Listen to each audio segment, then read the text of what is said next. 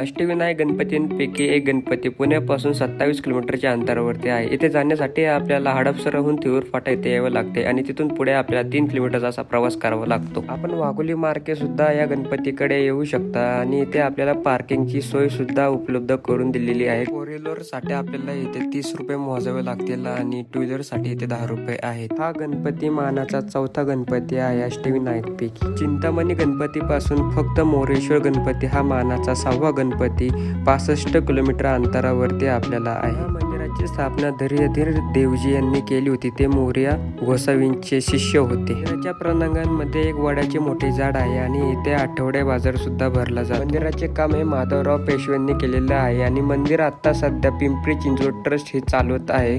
मंदिराकडे जाताना आपल्याला असे बरेच प्रसादाचे स्टॉल लागलेले दिसेल। आपण इथून नारळ घेऊन जाऊ शकतो। गणपतीला नारळ फोडला जात नाही तर तो वाहायला गेला जातो आणि आज 2 किलोमीटर मोठी लाईन लागली होती कारण आज चतुर्थी असल्यामुळे भरपूर गर्दी होते। महाराष्ट्रातील सर्वात आवडता सर्वांचा मसाला राजयोग मसाला हा थेऊर गावचा मसाला आहे आणि इथे त्याची फॅक्टरी सुद्धा आहे गणपती मंदिरा शेजारी। कडून भक्तांना प्रसादाचा वाटप केला जातो। प्रसाद घेण्यासाठी आपला टोकन हा घ्यावा लागतो। मंदिरातील मंडप हा सागवानी लाकडांपासून तयार केलेला आहे। मंदिरावरील कळस हा सोन्याचा आहे। मंदिरामध्ये माधवराव पेशव्यांचे एक स्मारक सुद्धा बांधले गेलेले आहे। मंदिरामध्ये महादेवाची पिंड सुद्धा आहे आणि इथे पंचमुखी हनुमानाची मूर्ती सुद्धा आहे। इथे आपण याला दर्शन सुद्धा घ्यावे। दर्शन करून मंदिराच्या बाहेर जाण्यासाठी आपल्या डाव्या साईडला सुद्धा रस्ता करून दिला आहे आणि आपण घरी जाताना सुद्धा इथून भाजीपाला शेतकऱ्यांकडून योग्य दरात घेऊ शकता।